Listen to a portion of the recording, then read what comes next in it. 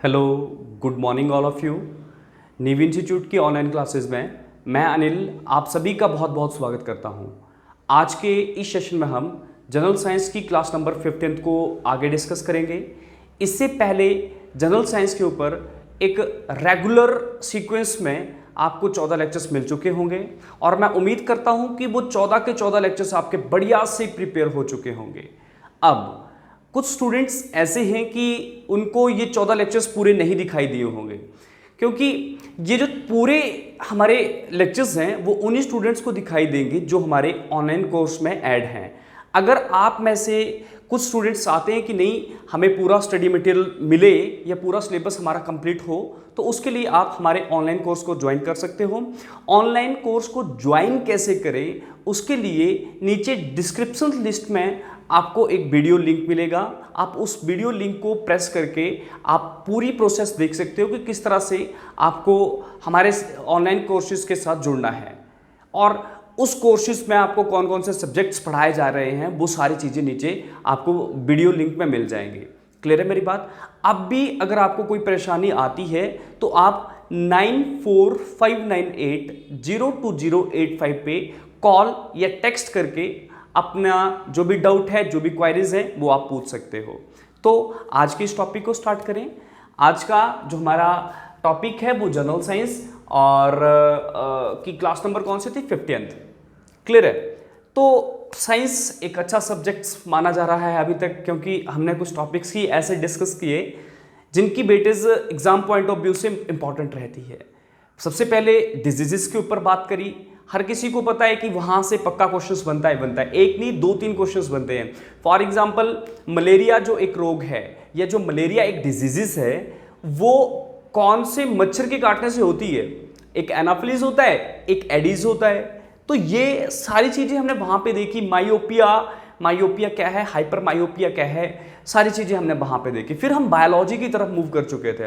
Biology में हमें क्या चीज देखने को मिली? जैसे सेल के बारे में हमने बात करी, टिश्यूज के बारे में हमने बात करी। अब उन टॉपिक्स को पीछे छोड़ के हम नए टॉपिक के ऊपर आ चुके थे और लगभग पिछली क्लास में हमने एक नया टॉपिक स्टार्ट किया था। वो क्या था? ह्यूमन सिस्टम जो मानव के शरीर में तंत्र है ना, उनके बारे में हमने काम करना स्टार्ट किया था। वहां से डेफिनेटली 1 से 2 क्वेश्चंस एग्जामिनर हमेशा पूछता है। सबसे पहले हमने ह्यूमन सिस्टम में पढ़ा, क्या नाम था? Digestion system. क्या नाम था? डाइजेशन सिस्टम, जिसमें हम बात करते हैं पाचन तंत्र की। नंबर 2 पे हमने कल देखा रेस्पिरेशन सिस्टम, श्वसन तंत्र, सांस ले रहा हूं पर उसके पीछे पूरी प्रोसेस क्या चल रही है, वो हमने रेस्पिरेशन सिस्टम में देखी है, जो कि लेक्चर नंबर 14 में आपने पढ़ा है चीजें।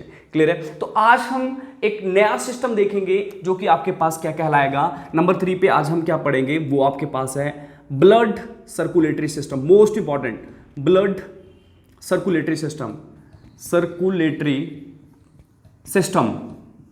क्लियर है? Blood circulatory system.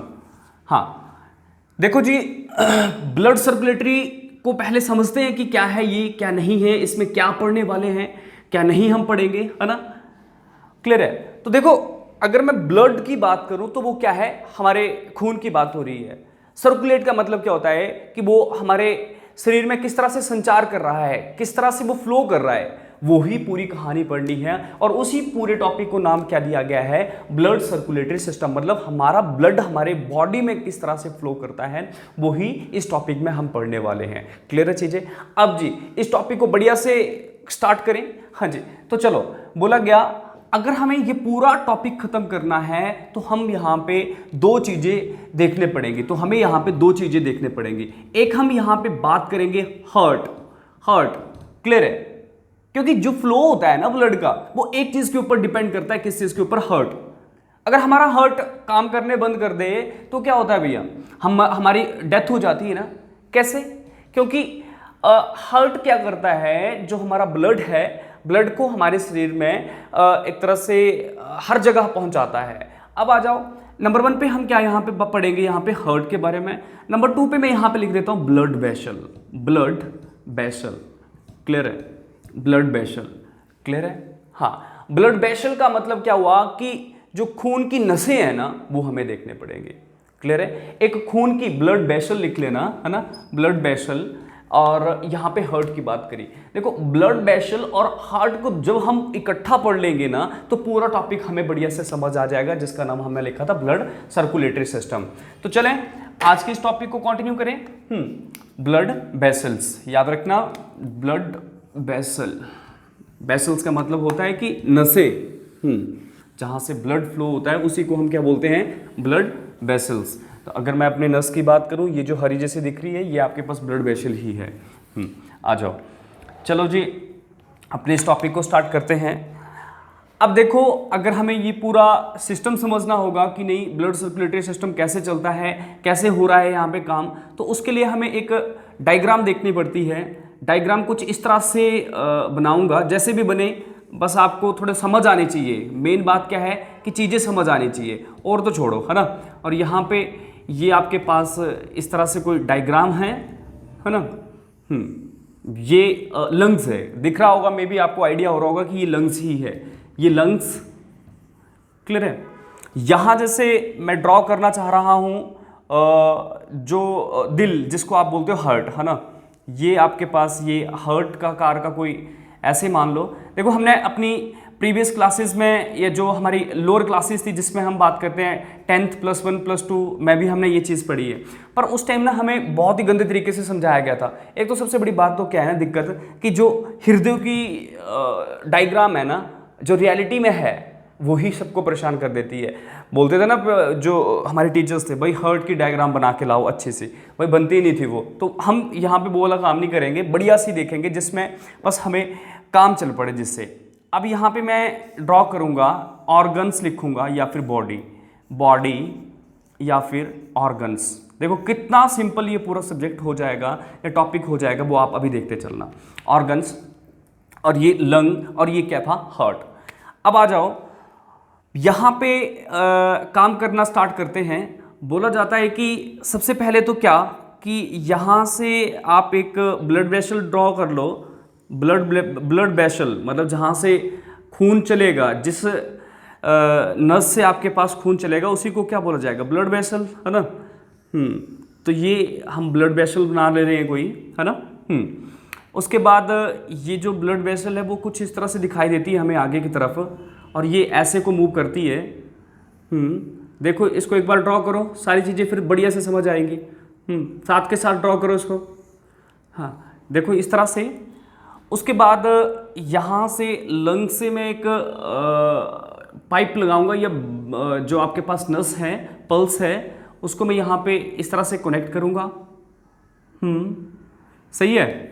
यहाँ पे आप इस तरह से बना लो ऐसे, और कुछ इस तरह से इसको यहाँ पे पहुँचा दो, है ना। और यहाँ पे ये जो आपके पास है वो इस तरह से हमने ये पहुँचा दिया है। अब फिर से यहाँ नीचे जैसे से आपके पास एक वेसल आई, और वो वेसल हमने बाहर निकाल दी है, और बाहर निकाली, और उसका जो ब्लड है वो हमने ऑर्गन को दे दिया है। क्लियर है ना। आ जाओ। तो ये हमारी एक बिल्कुल सिंपल से सिंपल हार्ट की एक डायग्राम है। आपको ये बढ़िया से समझ आएगी किस तरह से, अभी देखते चलना। देखो ये आपके पास जो ब्लड वेसल्स हैं, या तो इसको आर्टरीज बोला जाता है या तो वेन बोला जाता है। तो सबसे पहले हम यहाँ पे देख लेते हैं कि जो हमारी ब्लड वेसल्स है वो कौन कौन सी होती है। एक आपके पास क्या होती है, आर्टरीज, ARTERIES आर्टरीज, और एक को यहाँ पे बोलते हैं वेन, VIENS। मोस्ट इंपॉर्टेंट है, यहाँ से ही आपसे क्वेश्चंस पूछे जाते हैं। तो कंटिन्यू करें। बोला जाता है कि आर्टरीज क्या है भाई, ये भी आपके पास वेसल्स ही हैं जो खून को थाम के बैठी हैं। ये जो हमारा ब्लड है, ब्लड जिसमें इकट्ठा है, ये ब्लड जहाँ पे घूमता है उस जगह को हम क्या नाम देते हैं, ब्लड वेसल्स या फिर नसें। तो ये भी वही है, पर दोनों में फ़र्क है। क्लियर है। सबसे पहले मैं आर्टरीज की बात करूं तो आर्टरीज में हमें क्या देखने को मिलता है, बोला जाता है ये लाल रंग की होती है। ये जो आपके पास नसें हैं वो लाल रंग की हैं। ये थिक मतलब एक तरह से मोटी जैसी आपको दिखाई देंगी। उसके बाद अगर मैं आर्टरीज की बात करूं तो बोला जाता है आर्टरीज में कभी भी आपको बैलव नहीं मिलेगा, बैलव लिख लेना, नहीं मिलेगा। उसके बाद याद रखना, बोला जाता है जो आर्टरीज होती है ना, आर्टरीज में हमेशा प्योर ब्लड फ्लो होता है। क्या बोल जाता है? आर्टरीज में हमेशा प्योर ब्लड फ्लो होता है। क्लियर है? मेरी बात समझ आ रही है ये नहीं? Pure blood is equal to oxygenated blood. Oxygenated blood मतलब जो खून जिसमें ऑक्सीजन रहेगी उसको हम क्या बोलते हैं? Pure blood. क्लियर है? तो बोला गया जितनी भी आर्टरीज है उसमें हमेशा क्या दिखेगा? Pure blood. पर याद रखना यहाँ पे एक एक्सेप्शंस है। एक्सेप्शंस का मतलब होता है अपवाद। केवल और केवल एक ऐसी आर्टरी है जो कि बोला जाता है उसमें कार्बन डाइऑक्साइड रहता है या इम्प्योर ब्लड रहता है, और उस आर्टरीज का नाम है pulmonary arteries. Pulmonary arteries, pulmonary artery. क्या बोला गया कि जो आर्टरीज रहती है ना उसमें हमेशा कौन सा ब्लड फ्लो होगा? ऑक्सीजनेटेड ब्लड फ्लो होगा, कि जिसमें हमेशा आपके पास ऑक्सीजन रहेगी। वही खून जो है वो इन वेसल्स में फ्लो होता है। पर एक वेसल्स ऐसी है जिसको हम बोलते हैं पल्मोनरी आर्टरी, उसमें कार्बन डाइऑक्साइड या इम्प्योर ब्लड फ्लो होता है। उसी तरह से हम वेन्स में आ जाएं। वेन्स जो होती है ना वो नसें ही हैं, पर मैंने बोला इसका रंग जो है वो हरा रख सकते हो आप, या फिर बैंगनी, हरा रंग या फिर बैंगनी कलर रख लो यहाँ पे। उसके बाद बोला जाता है ये चौड़ी होती है। चौड़ी मतलब अगर मैं आर्टरी की उपेक्षा करूँ वेन से, तो मतलब उससे इसकी जो ब्रेड्थ है वो थोड़ी ज़्यादा होती है, चौड़ी। इसमें वेल्व्स होते हैं, वेल्व्स इसमें होते हैं। देखते हैं अभी क्या है वेल्व्स, बस लिखते चलो आप डिफरेंस छोटा सा। उसके बाद क्या था कि जितनी भी वेन्स होंगी वो हमेशा इम्प्योर ब्लड लेके चलती हैं। इम्प्योर ब्लड का मतलब क्या हुआ बोलो? ऐसा ब्लड जिसमें CO2 रहती है, कार्बन डाइऑक्साइड रहती है। ऐसा ब्लड जिसमें कार्बन डाइऑक्साइड रहेगी उसको हम इम्प्योर ब्लड बोलते हैं। ऐसा ब्लड जिसमें ऑक्सीजन रहेगी उसको हम क्या बोलते हैं? Pure blood. बोला जितनी भी वेन्स है उसमें इम्प्योर ब्लड रहता है। बस केवल एक आपके पास वेन्स ऐसी है जिसमें आपके पास प्योर ब्लड होता है, और उस वेन का आपके पास नाम है pulmonary vein. Pulmonary vein. Clear है? तो ये आपको थोड़ा सा ध्यान रखना है, पेपर में तो यहाँ से भी क्वेश्चंस बने हुए हैं। पल्मोनरी आर्टरीज की बात करें तो भैया यहाँ पे क्या बोला गया, वो एकमात्र ऐसी थी कि जिसमें CO2 वाला ब्लड होगा, और जितनी भी आर्टरीज होंगी उसमें कौन सा ब्लड होगा? ऑक्सीजन वाला, O2 वाला ब्लड होगा। और वेन्स में क्या था? उल्टा। वेन्स में जितनी भी आपके पास वेसल्स होंगी वो सारी CO2 वाले ब्लड वाली होंगी, पर इसमें से एक जो आपके पास वेसल होगी पल्मोनरी वेन, उसमें क्या होगा? O2 वाला ब्लड होगा, या फिर ऑक्सीजन होगा, या तो फिर प्योर ब्लड होगा। अब इतनी चीज़ें समझ आ चुकी है ना? अब जी आ जाओ अपने टॉपिक के ऊपर। देखो यहाँ पे देखो क्या बात हो रही है। मेरी बॉडी यहाँ पे है, देखो ये बॉडी है ना। बॉडी मतलब हमारा जो भी शरीर के अंग हैं, ऑर्गन्स हैं, वो सारे। तो भैया हमारे ऑर्गन से जब ब्लड हार्ट की तरफ चलता है ना वो इम्प्योर ब्लड होता है। मैंने क्या बोला? हमारी बॉडी से जब ब्लड हार्ट की तरफ चलता है तो वो कौन सा ब्लड होता है? Impure blood. तो याद रखना इसमें जो आपके पास ब्लड होगा वो कौन सा होगा? Impure blood. क्लियर है चीजें? सही है बात? क्योंकि जो हमारे अंदर कार्बन डाइऑक्साइड है उसको बाहर तो निकालना है ना, बस शरीर में तो नहीं रह सकती वो कार्बन डाइऑक्साइड, क्योंकि कार्बन डाइऑक्साइड तो हमारे लिए जरूरी नहीं है। कार्बन डाइऑक्साइड तो हम छोड़ते हैं और ऑक्सीजन लेते हैं, तो कार्बन डाइऑक्साइड हमें छोड़नी पड़ेगी। वो छोड़ी कैसे जाती है भाई? हमारे बॉडी पार्ट से वो क्या करती है, यहाँ से इन वेन्स के थ्रू, इन वेन्स, या आप बोलो अब इसको क्या बोलूँगा, वेन्स बोलूँगा या आर्टरी बोलूँगा? भाई इसमें इम्प्योर ब्लड चल रहा है, तो भैया इसको क्या बोला जाएगा? इम्प्योर ब्लड के लिए हमने यहाँ पे क्या लिखा? वेन्स। तो ये आपके पास वेन्स हैं, और इसको हम मुख्य वेन भी बोलते हैं, या फिर इसको वेना कावा भी बोला जाता है, वेना कावा। क्लियर है? सही है चीज़। ये जो मुख्य आपके पास वेसल है या जो आपके पास नस है, इसको हम वेना कावा का नाम भी देते हैं, जो कि किस तरह का ब्लड फ्लो करवा रही है? ये कार्बन डाइऑक्साइड वाला या फिर इम्प्योर ब्लड को इस तरह से लेके चलती है, और कहाँ पे लेके चलती है? वो हमारे हार्ट में। क्लियर है? अब जी थोड़ा सा हम हार्ट वाले टॉपिक को देखें। अगर हार्ट की बात करें तो बोला जाता है यहाँ पे 4 चैम्बर होते हैं, हार्ट में 4 चैम्बर होते हैं। नंबर 1 का ये चैम्बर है, नंबर 2 पे 2 चैम्बर, नंबर 3 पे ये चैम्बर, नंबर 4 पे ये चैम्बर है। क्लियर है। अब इस ऊपर वाले हिस्से को बोल जाता है राइट एट्रियम। क्या बोल जाता है, लिखते चलना, सारी चीजें इंपॉर्टेंट है। Right, RIGST, right atrium, ATRIUM। नीचे वाले हिस्से को बोल जाता है right ventricle, right ventricle, ventricle. Clear है। उसी तरह से इसको क्या बोला जाएगा, लेफ्ट वेंट्रिकल, और इसको क्या बोला जाएगा, लेफ्ट आर्टियम। लेफ्ट आर्टियम की बात करी जाएगी, है ना, आर्टियम। क्लियर है। तो ये आपको पता होनी चाहिए चीजें। अब जी, अब क्या हुआ कि ये इम्प्योर ब्लड हमारे दिल में गया या हमारे हार्ट ने खींचा, उसके बाद यही इम्प्योर ब्लड आपके पास कहाँ पे चला जाता है, लंग्स में। तो ये भी कौन सा ब्लड है, ये सारे जो ब्लड्स हैं वो कहाँ कौन से हैं, इस तरफ वाला जो भी आपके पास हिस्सा है इसमें आपके पास कौन से ब्लड हैं, वो आपके पास है इम्प्योर ब्लड। तो ये भी आपके पास इम्प्योर ब्लड है।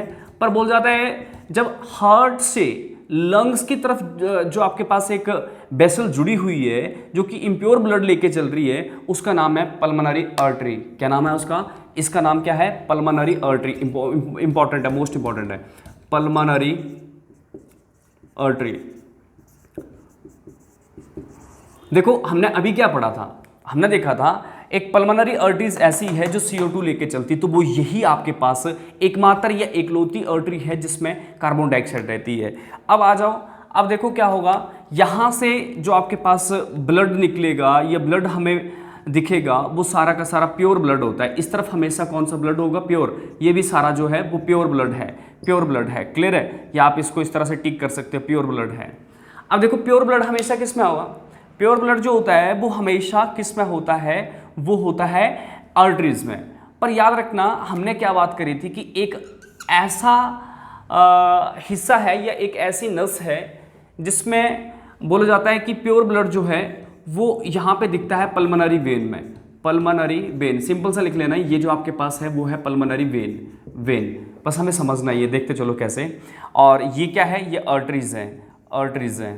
क्लियर है, क्योंकि देखो पल्मोनरी, जो पल्मोनरी थी ना वो तो एक ही है जिसमें आपके पास ऑक्सीजन मिल रही है, जिसमें आपके पास ऑक्सीजन चलती है। और जो पल्मोनरी थी, ये सॉरी जो बेन्स थी, उसमें क्या था भाई, इम्प्योर ब्लड था। तो पल्मोनरी केव्स तो आपके पास या बेन्स जो थी वो इस तरफ आपको दिखाई दे रही थी। अब देखो ये चीज़ें आपको समझ आ चुकी है या नहीं। अब आ जाओ अपने टॉपिक के ऊपर, इसको बढ़िया से समझो। अब आ जाओ अपने टॉपिक के ऊपर। ये डायग्राम हमें पहले बढ़िया से समझनी है, फिर हमें बिल्कुल सही हो जाएगा कि नहीं हमें क्या पूछेगा एग्जामिनर या इसमें से क्या क्वेश्चन पूछ सकता है वो। देखो जी, अब इतना चीज़ें पढ़ने के बाद अब अपने दिमाग में एक चीज़ लेके आओ कि भैया हमारे हार्ट की फंक्शनिंग क्या है। सारी बात तो यहाँ पे किसकी है, एक हार्ट और एक ब्लड वेसल्स। ब्लड वेसल्स मतलब जो नसें हैं, नसों और खून का काम है, दिल का काम है। तो यहाँ पे दिल की फंक्शनिंग, दिल की वर्किंग हमें पता चल जाए ना तो बहुत बढ़िया काम हो जाएगा। हमारे दिल की वर्किंग क्या है, क्या काम करता है हमारा दिल, हमारा दिल पंप का काम करता है। पंपिंग, किस चीज़ की पंपिंग करता है, वो ब्लड की पंपिंग करता है। पंप समझते हो ना आप, जैसे एक टायर में जब आप हवा भरते हो या बैलून में जब आप हवा भरते हो, गुब्बारे में हवा भरते हो, तो क्या करते हो, एक पंप लिया, पंप पहले यहाँ पे था, पंप इतना पूरा है, आपने क्या करा, इस पंप को ऊपर खींचा। जब आप ऊपर खींचते हो ना तो इसमें ऑटोमेटिक हवा भर रही है, किसमें, पंप में। अब इस पंप को जब आप आगे किसी सोर्स से लगाओगे और इसको जब आप नीचे को स्क्वीज करोगे, दबाओगे, तो वो सारी की सारी जो हवा है ना वो उस सोर्स में भर जाएगी, चाहे वो टायर हो चाहे वो बैलून हो। क्लियर है। उसी तरह से सेम वर्किंग किसकी है, वो है हार्ट की। जिस तरह से एक टायर का पंप काम करता है उसी तरह से हमारा जो हार्ट है वो काम करता है। बोल जाता है ये जो हार्ट है वो लंग्स के बीच में देखने को मिलता है और इसका जो वेट है, एवरेज वेट की बात करी जाए 1300 से 1400 क्या बोलेंगे 300 से 400 ग्राम के आसपास जो हमारा हार्ट है उसका वेट रहता है। हर किसी का दिल, चाहे आदमी बड़ा हो, मोटा हो, छोटा हो, सबका जो दिल है वो इतना ही माना जाता है, एवरेज 300 से 400 ग्राम। क्लियर है। अब पंप की बात करें ना, ये क्या कर रहा है, पंप कर रहा है। पंप कैसे करता है भाई, देखना ना, हमारा हार्ट जो है ना वो दो तरीके के, दो फेसेस में काम करता है। हमारा दिल दो फेसेस में काम करता है। वो दो फेसेस क्या है, एक है सिस्टोल, जिन्होंने क्लासेस पूरी लगाई है उनको पता है क्या है ये, और एक है डिस्टोल, सिस्टोल और एक है डिस्टोल। हमारा हार्ट क्या काम करता है ना, 1 सेकंड के लिए सिकुड़ता है। जब कोई चीज सिकुड़ेगी ना तो क्या उसके अंदर कोई चीज रह पाएगी या नहीं? जब कोई चीज सिकुड़ रही है ना तो उस टाइम वो जो उसके अंदर चीजें थी ना उसको वो धक्का देती है कि आप बाहर जाओ। पहला काम सही हो गया ना, वो सिकुड़ती है। नंबर 2 पे क्या करती है, वो फूलती है। क्लियर है? तो वही सिकुड़ना और फूलना यहां पे सिस्टोल और डिस्टोल कहलाता है। सिस्टोल का मतलब होता है सिकुड़ना का मतलब क्या हुआ, अंदर खून था, इस पोटली के अंदर, मान लो ये हर्ट है, इसके अंदर खून था, ब्लड था। जब ये सिकुड़ रहा है ना तो इसके अंदर का जो ब्लड है ना वो सारा बाहर निकल रहा है, आगे भेज रहा है उसको वो। क्लियर है?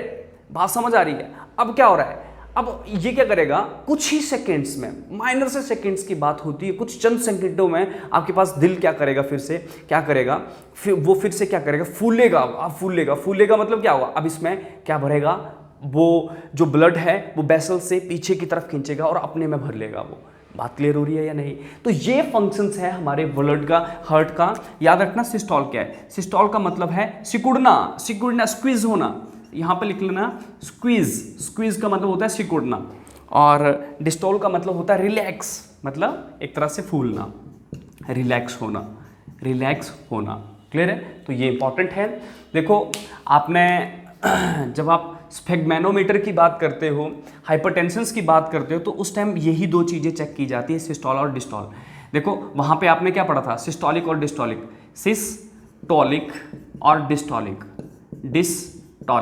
ये क्या होता है, ये जो स्फेगमेनोमीटर, जब आप डॉक्टर के पास जाते हैं ना, भाई बोल रहे कि बेचैनी सी हो रही है, घबराहट हो रही है, गुस्सा आ रहा है, या फिर किसी को चक्कर आ रहे हैं, उस टाइम डॉक्टर के पास जाते हैं ना, डॉक्टर एकदम से क्या निकालता है, एक डिवाइस निकालता है जिसको हम स्फेगमेनोमीटर बोलते हैं, और वो उसको एकदम से चिपका देता है हमारी बाजू के ऊपर, चेपी जैसी मारता है ना बाजू के ऊपर। तो वो क्या है, वो आपके पास स्फेगमेनोमीटर होता है। अब स्फेगमेनोमीटर पे वो क्या देखता है, उसको ये 2 चीजें दिखाई देती है, इन 2 चीजों को चेक करेगा, सिस्टोलिक और डिस्टोलिक। सिस्टोलिक हमेशा रहता है 120 और ये हमेशा आपके पास रहता है 80। एवरेज स्टूडेंट की बात कर रहा हूँ या एवरेज पेशेंट की बात कर रहा हूँ, हमेशा की बात, मतलब कि जो हेल्दी पर्सन होंगे उनका जो आपके पास सिस्टोलिक और डिस्टोलिक होगा ऐसा ही होगा। अब जब हम ज़्यादा सोडियम का यूज़ करते हैं, सोडियम का मतलब कि ज़्यादा नमक का यूज़ करते हैं ना, तो उस टाइम जो हमारा ये जो प्रेशर है ना, जो ब्लड का फ्लोइंग प्रेशर है ना, वो ज़्यादा हो जाता है। क्लियर है? अब अगर वो ज़्यादा हो जाए तो क्या होगा, हमारे जो ऑर्गन्स हैं, ऑर्गन्स में वो दिक्कत देना स्टार्ट करेगा, और एक ऐसा टाइम आएगा कि जो हमारे ऑर्गन्स हैं वो डैमेज हो जाएंगे, जिससे हमारी डेथ तक भी हो सकती है। तो ये छोटी सी एक्सप्लेनेशंस थी हार्ट के ऊपर। अब आ जाओ इसके फ्लो के बारे में बात करते हैं कि कैसे काम कर रहा है वो। वैसे तो हमने ऊपर की चीज़ें तो पढ़ ली ना, वो क्या काम कर रहा है। हार्ट क्या करता है, हार्ट हमारे लंग्स के साथ जुड़ा हुआ है। क्लियर है? एक तो हार्ट हमारे लंग्स के साथ जुड़ा हुआ है, दूसरी बात क्या कि हार्ट का जो नीचे बॉटम पार्ट है वो हमारे शरीर के अंगों के साथ जुड़ा हुआ है। एक पार्ट उसका लंग्स के साथ जुड़ा हुआ है और एक पार्ट जो है वो शरीर के अंगों के साथ जुड़ा हुआ है। क्लियर है चीजें? अब होता क्या है, शरीर के अंगों से जो इम्प्योर ब्लड होगा उसको वो खींचेगा और वो कहाँ पे भेजेगा, वो भेजेगा लंग्स में। लंग्स वाला टॉपिक कल देखा ना आपने। लंग्स में आपके पास एक चीज होती है एलियोवी, जहां पे आपने वो देखी थी ना, इस तरह से नसों के गुच्छे, वहां पे क्या होती है, ऑक्सीजन बैठी हुई होती है। ऑक्सीजन को उठाता है कौन, ब्लड हमारा, जो इम्प्योर करके हमने इम्प्योर वाला जो ऊपर भेजा था, और वो ही अब प्योर होके नीचे आ जाता है। क्लियर है? तो ये फंक्शनिंग थी, वो चीज़ हमें यहाँ पे समझनी है। बस आ जाओ जल्दी से। देखो जी, सबसे पहले तो मैं यहाँ से चलूँगा अपनी बॉडी ऑर्गन से। भाई मेरे शरीर में अभी कार्बन डाइऑक्साइड है। क्लियर है? और ये कार्बन डाइऑक्साइड कैसे बाहर निकलेगी, सांस के माध्यम से। जब हम सांस बाहर छोड़ेंगे तब वो बाहर निकल रही है। तो देखो वो बाहर कैसे निकलेगी, देखते चलना। अभी यहाँ से इम्प्योर ब्लड चला, किस में चला, वो वेना कावा में। पर एक ऐसी वेना कावा है या वेन्स है जिसमें आपके पास हमेशा क्या होगा, ऑक्सीजन वाला ब्लड होगा। ये मैंने पहले समझा दिया, वो चीज़ अपनी पहले से रेडी रखना। अब आ गया, बोला ये आपके पास इस तरह से ब्लड चला, ये इम्प्योर ब्लड था। इम्प्योर ब्लड का मतलब होता है कार्बन डाइऑक्साइड वाला ब्लड। अब जैसे ये यहाँ पे आता है चैम्बर 1 में, राइट एट्रियम में आता है, तो ये यहाँ पे एक बैल्व होता है। राइट एट्रियम में आपके पास क्या है, एक बैल्व है, और इस बैल्व का नाम है ट्राइकप्सिड बैल्व। लिख लेना, ये जो बैल्व है इसका नाम मैं यहाँ पे लिख रहा हूँ, ट्राइकप्सिड, CUPSID, ट्राइकप्सिड बैल्व नाम है इस बैल्व का। क्लियर है। तो बोल जाता है ये बैल्व आपके पास ओपन होता है, जितना भी इम्प्योर ब्लड है वो सारा का सारा आपके पास राइट एट्रियम से ट्राइकप्सिड बल्ब से होते हुए वो राइट वेंट्रिकल में पहुंच जाता है। ये वाला जो हिस्सा है हमारा दूसरा चैम्बर, इसको बोलते हैं राइट वेंट्रिकल। क्लियर चीज है। ये कौन सा ब्लड है अभी बोला, ये कौन सा ब्लड है, ये कार्बन डाइऑक्साइड वाला ब्लड है जिसको हम इम्प्योर ब्लड बोल रहे हैं। बात समझ आ रही है। बोला जाता है जैसे ही आपके पास ब्लड यहाँ पे पहुँचता है उसके बाद क्या होता है, ये जो पीछे वाला बल्ब है ना, ये जो पीछे वाला बल्ब है ना, वो ऑटोमेटिक बंद हो जाता है, बंद हो जाता है। इस ब्लड को ये यहीं पे रोक देता है, हमारा जो बल्ब है वो यहीं पे रोक देता है। ये क्यों, ताकि ये इम्प्योर ब्लड पीछे ना चला जाए बार बार, है ना। अगर ये पीछे चला जाता तो फंक्शनिंग नहीं हो पाती, तब तो हम जीवित भी नहीं रहते। तो यहाँ पे क्या था, ये बल्ब जो है वो जैसे ही ये चैम्बर भर जाएगा, राइट वेंट्रिकल भर जाएगा, तो ये बंद हो जाएगा। बात क्लियर हो रही है। अब क्या हुआ, जैसे ही ये भरा उसके बाद यहाँ पे एक बल्ब होता है, नाम है लूनर बल्ब। क्या नाम है, लूनर बल्ब। लूनर बल्ब से होते हुए आपके पास जो इम्प्योर ब्लड था वो निकल जाता है कहाँ पे, वो निकलता है लंग्स में, लंग्स में, लंग्स में। और लंग्स में क्या थी, बोलो जल्दी से, लंग्स में क्या थे, यहां जैसे आपने देखा था ना इस तरह से गुच्छे थे, एलईओबी, ये एलईओवी, एलईओवी। और लंग्स ऊपर किससे जुड़ा हुआ होता है बताओ जल्दी से, नोज से, नोज से आपका लंग्स जुड़ा हुआ होता है, जिसको हम कल हम देख रहे थे जिसमें हमने ट्रैकिया की बात करी थी। क्लियर है, या जिसको हम विंड पाइप भी बोलते हैं। तो भाई इस तरह से था, हमने सांस ली, सांस में से जो ऑक्सीजन थी, ऑक्सीजन हमारे यहाँ बैठ जाती है, इन गुच्छों में बैठ जाती है ऑक्सीजन। क्लियर है ना। तो अब यहाँ पे ये जो ब्लड था ना, ब्लड इन गुच्छों में आके वो बैठ जाएगा। कौन सा ब्लड, जो आपके पास कार्बन डाइऑक्साइड वाला था, कार्बन डाइऑक्साइड वाला ब्लड यहाँ पे बैठ गया। हम सांस बाहर छोड़ेंगे तो ये जो कार्बन डाइऑक्साइड है वो बाहर निकल जाएगी। साथ में क्या लेके आई थी, ये ऑक्सीजन लेके आई थी। ऑक्सीजन वाला ब्लड जो है वो यहाँ से आपके पास जो है वो पल्मोनरी वेन के तहत हमारे हार्ट में पहुँचाया जाता है। पल्मोनरी वेन जो है वो हार्ट तक हमारे ब्लड को पहुंचाती है, जो कि प्योर ब्लड है। प्योर हुआ ना अभी, कैसे, क्योंकि कार्बन डाइऑक्साइड वाला जो था वो हम यहाँ पे एलईओबी में छोड़ा, एलईओबी में जब हमने सांस बाहर छोड़ी तो वो बाहर निकल गई कार्बन डाइऑक्साइड।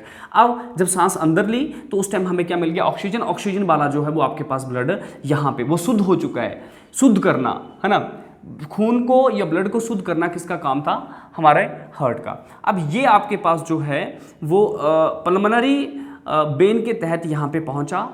क्लियर है। अब बोला जाता है यहाँ पे आपके पास एक बल्ब होता है mitral worm, mitral, MITRAL, mitral bulb. देखो 3 बल्ब की बात करी मैंने, आपने क्या देखा था, आर्टरीज में भाई कभी भी क्या नहीं होगा, आर्टरीज में कभी भी क्या नहीं होगा, बल्ब नहीं होगा। तो भैया यहाँ पे याद रखना, बोला गया हमने एक ट्राइकप्सिड बल्ब की बात करी, यहाँ पे था आपके पास ट्राइकप्सिड बल्ब, कोई यहाँ पे ट्राइकप्सिड बल्ब था, यहाँ पे आपके पास लूनर बल्ब है, लूनर बल्ब, VALVE। बल्ब क्या करता है, बल्ब वो वाला बल्ब की बात नहीं कर रहा हूँ। बल्ब का मतलब होता है कि जब पानी का सिस्टम देखा ना, पानी की नलियाँ चली हुई होती है, उसमें एक बल्ब लगा दिया जाता है। अगर पानी भर गया तो उस टैंकी को आप इस तरह से ऑफ कर दो तो वो बल्ब है, उसी तरह से काम कर रहा था ये भी, है ना।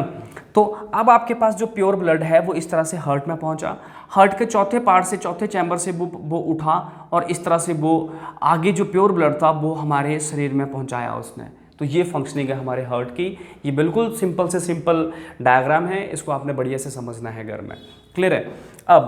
अब देखो हमारे दिल में ना धड़कन बनती है, बोलते हैं ना धड़कन बनती है। बोला जाता है हमारा दिल 1 मिनट में कितनी बार धड़कता है, लगभग 72 बार, है ना। 72 टाइम्स एवरेज माना जाता है कि इतना एक हेल्दी पर्सन्स का जो हार्ट है वो इतना बीट करता है। 72 तक की बात करी जाती है, ऐसे 70 से 75 मान जाता है, पर 72 रख लो आप।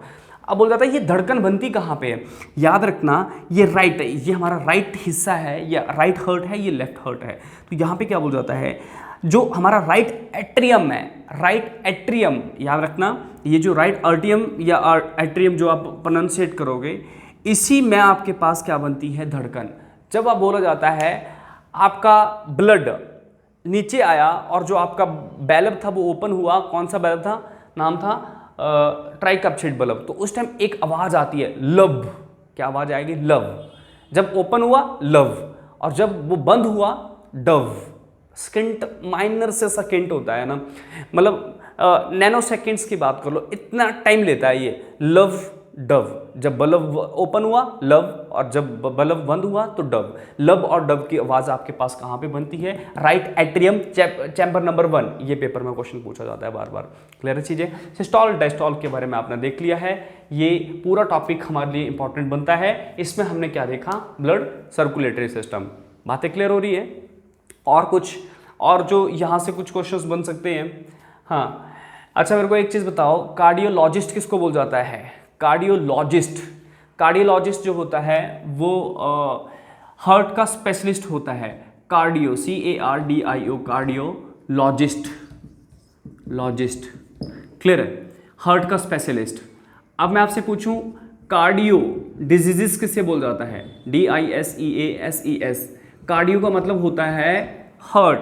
तो जो दिल के रोग हैं या हार्ट की जो बीमारियां हैं उसको हम काउंट करते हैं कार्डियो डिजीजेस।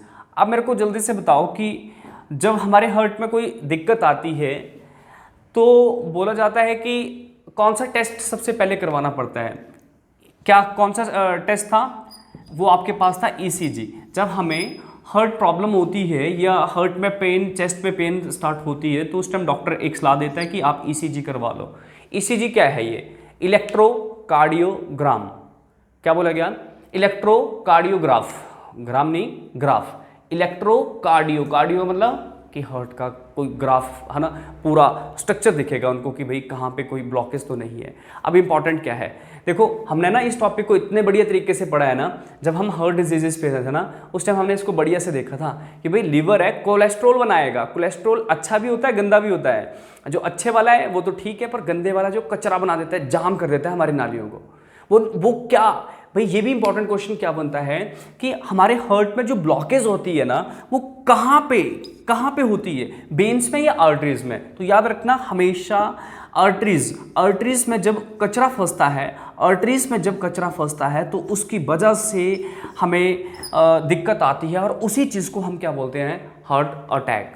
आर्टरीज में क्यों बोला जाता है भाई? क्योंकि आर्टरीज क्या करती है? हमेशा प्योर ब्लड लेके चलती है। ये कौन सा ब्लड लेके चलती है? Pure blood. तो बोल जाता है कि यहाँ पे अगर कोई दिक्कत आ जाए तो वो कब आएगी? क्योंकि हमारा जो प्योर ब्लड है, मतलब ऑक्सीजन है, ऑक्सीजन हमारे तक नहीं पहुँच पाएगी, हमारे ऑर्गन्स तक नहीं पहुँच पाएगी, जिससे हम कुछ नहीं कर पाएंगे, क्योंकि हमें खड़े होने के लिए भी ऑक्सीजन चाहिए होती है। क्लियर है? तो मैं उम्मीद करता हूँ कि ये जो पूरा बोर्ड मैंने यहाँ पे भरा है वो आपको बढ़िया से समझ आ चुका होगा। अगर आपको ये वीडियो लेक्चर्स पसंद आता है तो आप इस चीज़ को ज़रूर शेयर कीजिएगा अपने दोस्तों में या जहाँ पे आप शेयर करना चाहो। और अगर आपको लगता है कि नहीं नीव इंस्टीट्यूट की क्लासेस को ज्वाइन करना चाहिए तो आप नीचे वाला जो प्रोसेस मैंने आपको थोड़ी देर पहले बताया था उसको आप कंप्लीट कर सकते हो। आज के लिए काफ़ी है, मिलते हैं नेक्स्ट लेक्चर में। थैंक यू, धन्यवाद।